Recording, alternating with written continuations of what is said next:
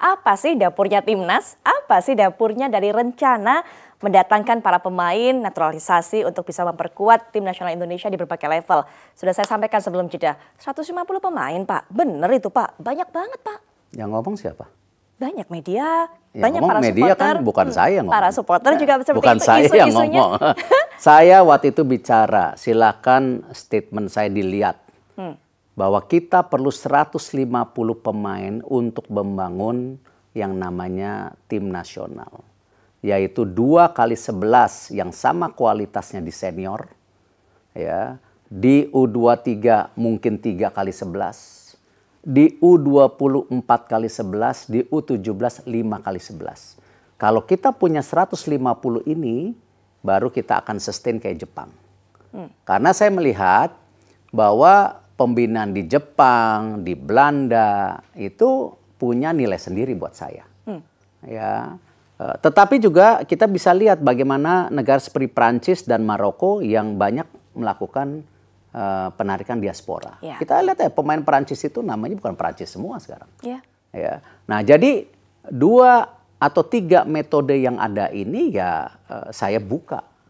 Dan itu yang menjadi tentu agenda reform untuk daripada PSSI. Jadi kita perlu 150 pemain. Coba kita lihat misalnya. Kalau di U20 kita, ya, kita belum punya 4x11. Silahkan tanya Coach Indra. Ya, di Coach Nova, kita belum punya 5x11 pemain. Even tim nasional kita yang hari ini 2x11 aja belum. Nah artinya apa? Untuk mengisi posisi-posisi ini ya dari mana? Ya tadi pembinaan secara kontinu dari grassroots ataupun ada yang namanya quick wins yang kebetulan tidak melanggar aturan FIFA. Ya. Di mana aturan FIFA itu jelas bapak ibu nenek kakek. Tetapi itu pun ada doorstop kita. Doorstopnya apa? Klub no money. Semua based on naturalism. Based on nationalism. Ya. Jadi ya orang-orang ini kita dorong ya memang ya kita lihat bagaimana misalnya Kevin Dix kemarin main terus cedera. Dia ada risiko besar loh. Gajinya dia di klub berapa? Nah dia ini nanti summer dia boleh pilih bebas bermain di klub mana. Dia punya valuasi yang tinggi. Dan mereka dia mengorbankan cedera. J. Indes tadi malam habis main langsung berangkat. Ya, saya dengar kabarnya. Tolong nilai juga pengorbanan mereka gitu. Jangan hanya ngelihat dari sisinya diaspora lokal. Saya nggak suka ketika dibanding-bandingkan antara diaspora dan lokal sama. Bangsa kita masa kalau ngelihat bangsa lain langsung waduh. Kenapa? Kita bangsa besar kok. Kita juga harus merasa kita setara dengan mereka. Nah, jangan kita gara-gara penjajahan yang sekian lama, yang dirasakan bangsa kita, ataupun karena dijajah Jepang, dijajah Portugis atau Belanda, kita merasa kita langsung tidak setara. Nah, ini yang saya dorong bahwa semua talent pool terbaik yang ada di Indonesia ataupun dunia, yang punya kesempatan membangun Merah Putih, ya kita harus beri kesempatan itu. Kalau tadi Pak Eri sudah katakan, nih ada uangnya gitu kan, ini kecurigaan. Bahkan ini dibahas sampai RDP kan Pak, bener nggak sih mereka tuh mau murni membela masuk timnas Indonesia, nggak ada duitnya gitu kan. Pak Eri memang sudah kasih jawaban gitu kan. Silakan dicek. Ya, yang penting mereka itu gini loh. Satu, mereka kenapa mau gabung? Saya sudah bilang bahwa mereka harus diyakinkan kita punya program yang serius. Karena itu kenapa waktu itu salah satu propaganda, mungkin propaganda yang menarik mereka ketika Indonesia lawan Argentina. Siapa sih pemain di dunia nggak mau lawan Argentina gitu. Nah itu propaganda. Ya, karena itu ingatlah setelah SEA Games langsung kita bawa Argentina. Itu bagian dari propaganda.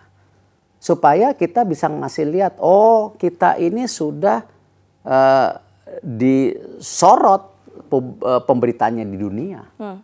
Dan itu ya tools alat mudah untuk campaign.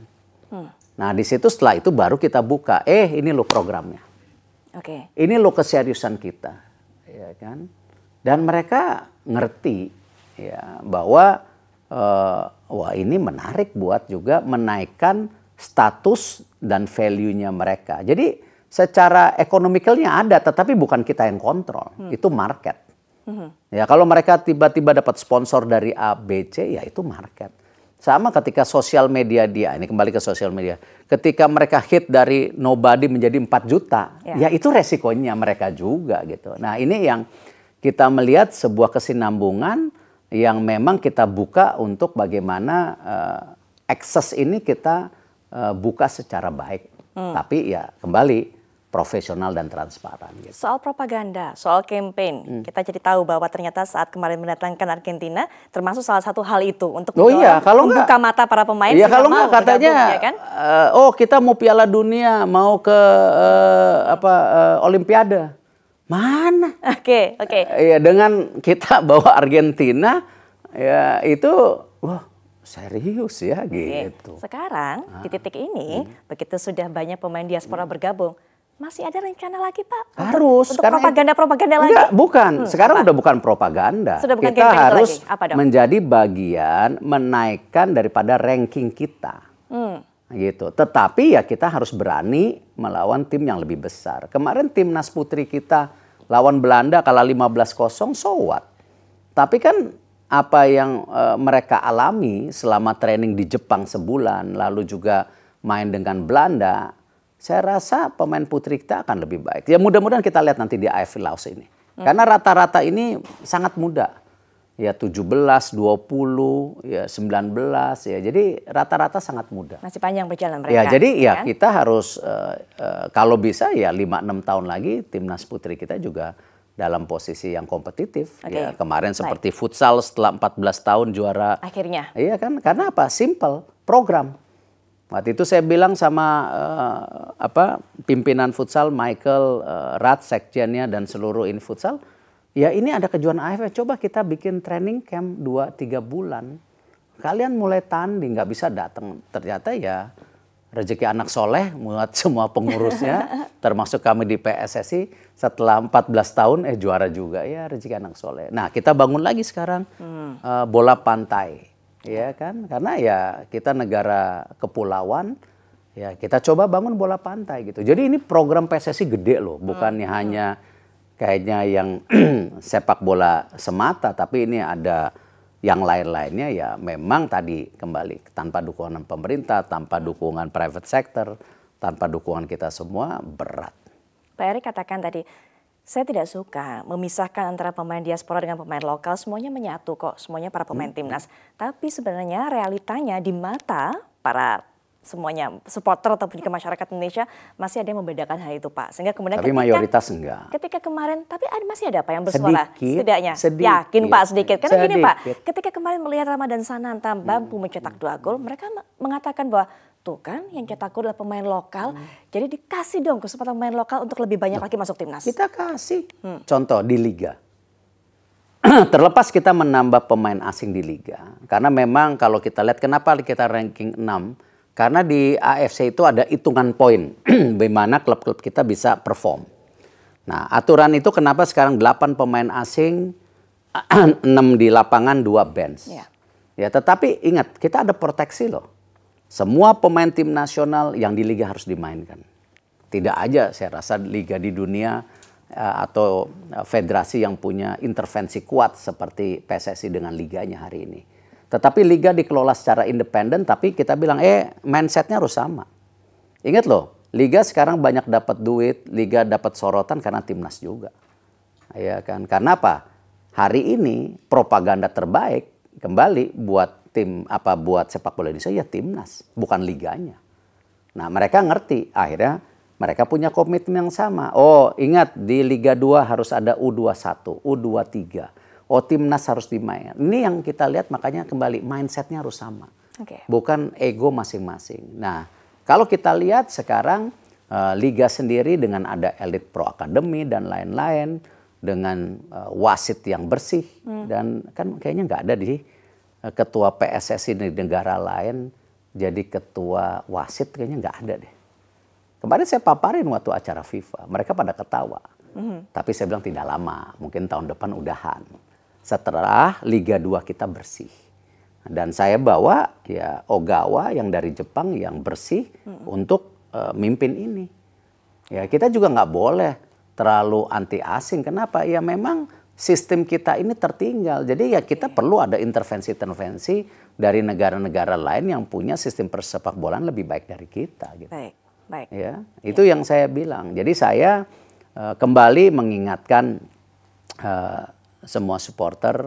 Negara kita ini negara Pancasila, sangat menghormati perbedaan agama, ras, kultur, segala.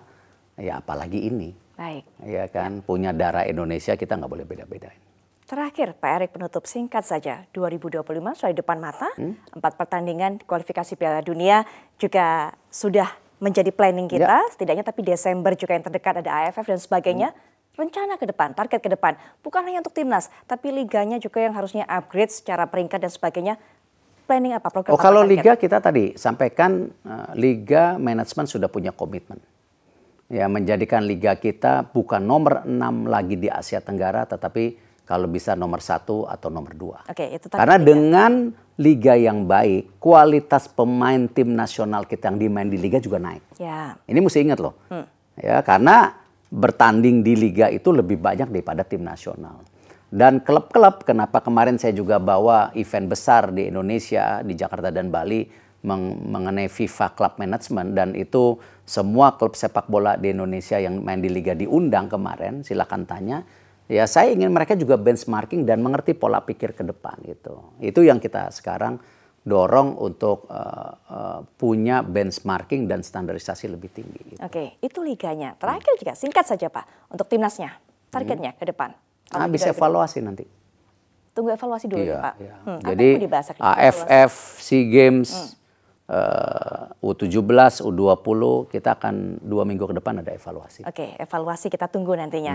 Terakhir lagi juga nih Pak, ada berapa pemain diaspora lagi yang mau didatangkan di 2025? Listnya pasti sudah ada dong Pak? Nggak ada. Ini tergantung dari kepercayaan mereka ke kita.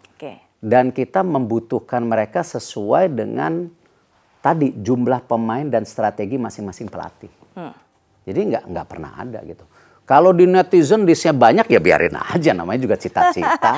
Ya. Emang kita kayak shopping ke supermarket atau ke mall, oh ya ayo gabung, nggak segampang itu.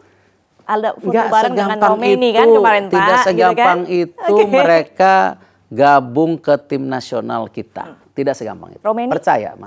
Romeni? Loh itu proses panjang, hampir 3-4 bulan. Oke, baik. Dan saya masih terus meyakinkan dia kemarin setelah kalah dengan Jepang. Ya saya tanya, are you sure? Gitu loh. Dia menjawab, yes, I want to be part. Katanya saya mau buktikan saya bermanfaat. Besoknya dia main bola sama anak-anak. Makanya luar biasa itu. Bertanya nih, karena biasanya kan sama pemain diaspora posenya adalah salaman, kali ini gayanya beda. Ya karena masih proses. Oke, kita tunggu nanti bagaimana prosesnya. Kalau udah salaman tuh udah ini. Gitu. Oke, Pak Erik terima kasih sudah berbincang. Kita juga jadi tahu bagaimana rencana ke depan dari timnas, termasuk juga segala hal yang berkaitan dengan sepak bola tanah air. Sukses Pak Erick Thohir bersama juga dengan para pemain timnas, dan juga semoga PSSI bisa mengantarkan timnas mencapai targetnya. Mohon support, mohon doa. Akhir kata, saya Putri Viola pamit. Sampai jumpa.